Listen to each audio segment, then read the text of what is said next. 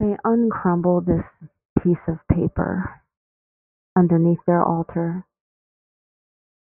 so they could read it again. They had become expert at writing the letters that you never send.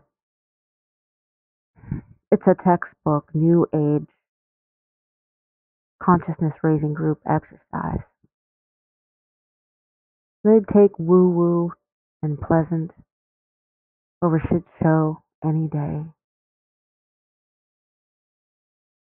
And so here they were writing letters that they never sent. One party, as the party was MIA, hadn't heard from Tyrone ever again since the day they left that cryptic message in their head. If you want a nice bitch, you've got to be a nice bitch. Bitch. Nice has so many meanings, including all the ways that it's become a meme. So it has so many meanings, and the same with the word bitch. Tyrone had asked them to ferret out which one Zoe was, which one they had to become. Puzzles, riddles, jokes.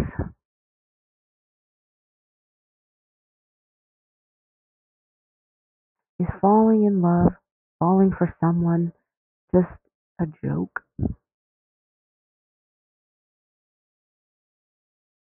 Just our bodies trying to perpetuate the species, and we dress it up real good so we can hook up or bump parts to give ourselves the illusion that the life force is continuing, even though we have all modes and means to stop it? Or hook up with folks we can't breed with?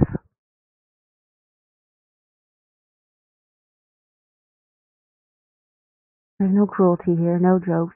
This life is for enjoyment. The guru told them. They do believe that.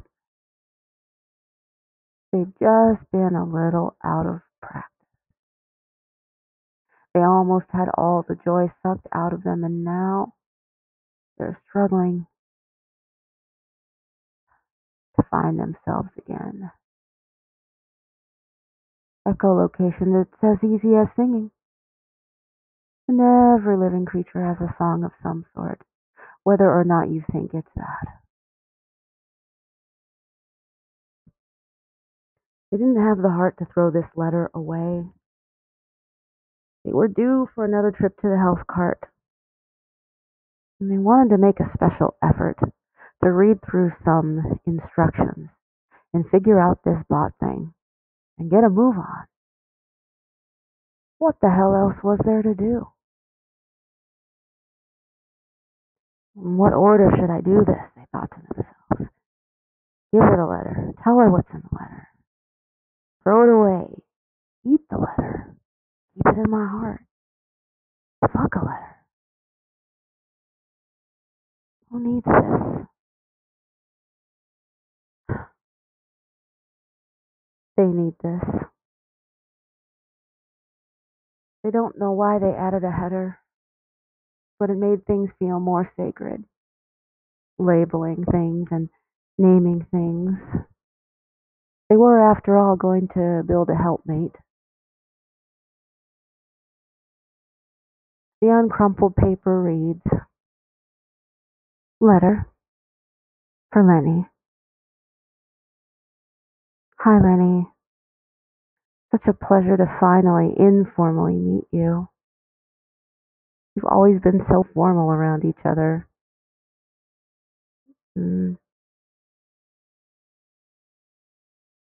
Feel like you are my health card, which is crazy to say. And you probably get shenanigans from folks hitting on you all day, all through the day, and likely on your walk home. I didn't want to be another one of those jokers. How do you avoid it when your heart swells? There's so much you want to say or think you have to say. You feel compelled to say something to better your odds at experiencing something nice.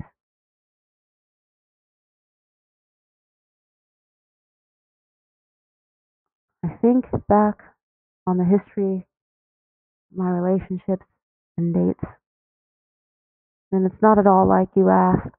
So luckily you'll never get to read this.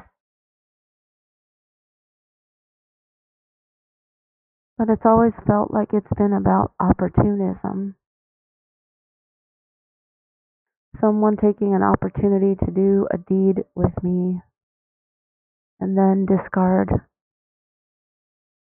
Why do some animals show up on this earth as prey?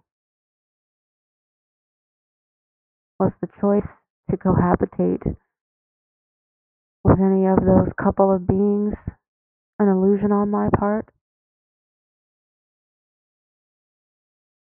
So that spiritually I could be used for meat and pelt and hunting and gathering and carrying the packs.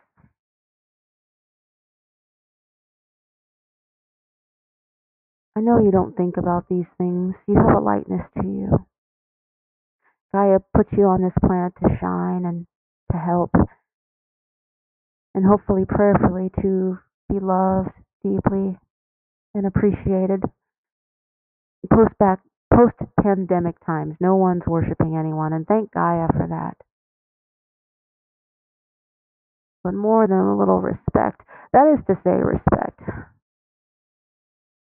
So, so important. You don't see it enough. Everybody's looking for ground scores and scavenging now to add that to the other social dynamics.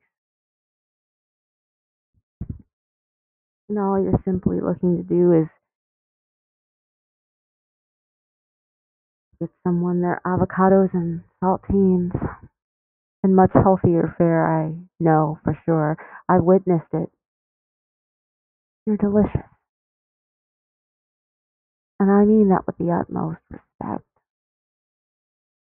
I adore you. How could I do anything but love a being with such love in their eyes and their actions and their voice? A heart of service. Only wants to make someone's life better empirically in the good she sells and spiritually in the vibes I feel. Someone raised you right. That someone is you. All the intentionality exudes from your being. Do no harm and leave a blessed mark. That's what you're doing. Simply by being. The neighbors asked me who you are already. Just because we were talking. We must have exchanged and rotated our necks around, hurling some furtive glances or chi up in there. That one time we talked about robots, we didn't even really say the name. Well, yes, I remember now. We did mention the Office of Robotic Solutions. Tongue started flapping. So whatever. Who else in the world, in my world, would ever desire to build a robot? A being destined for planned obsolescence? Parts hard to acquire and even harder to replace. But you?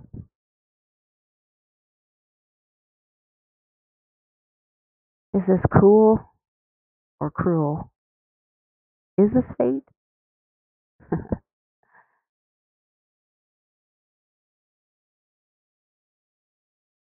With little else to do, I dream of you. I dream of us together, cohabitating, maybe sharing soul and space and bodies. or maybe simply soul and space. I know we would be good to each other. I don't know what your parts are doing, and you don't know what mine do, and where they've been, or who they prefer to be with. Those kinds of things aren't complicated for me, but they are complicated for most.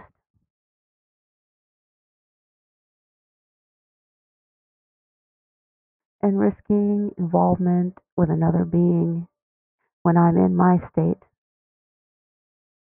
the state of heartbreak, makes no earthly sense.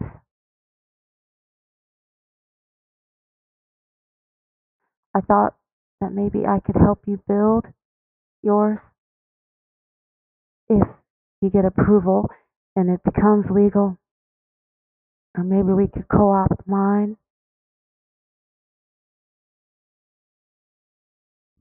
I don't know what you need it for.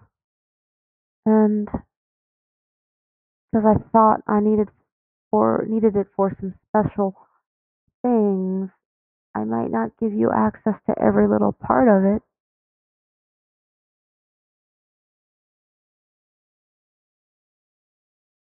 I'd love to give you access to every little part of me. I feel your being could disabuse the parts of mine that need a little healing. The Guru did tell me that every wound is a blessing, but I'm not interested in those kinds of blessings anymore. And I know that I can do the work of healing things up real good. Certainly am. And I wouldn't mind a little extra inspiration to do so. In you, I already have it. And it's up to me to get to working with that. Please ignore these line breaks. This isn't a poem for you. It's more like a math problem for me. Love, say them. And with that, they them crumpled the letter back up, found a bit of sage, and smoked it out. The letter, that is, surrounding it with smoke and flames, but not burning it. He simply changed its energy field, crumpled it back up, and threw it in the compost. So they them just so happened to be forced to stay local at the moment. They always tried their best to always keep it local.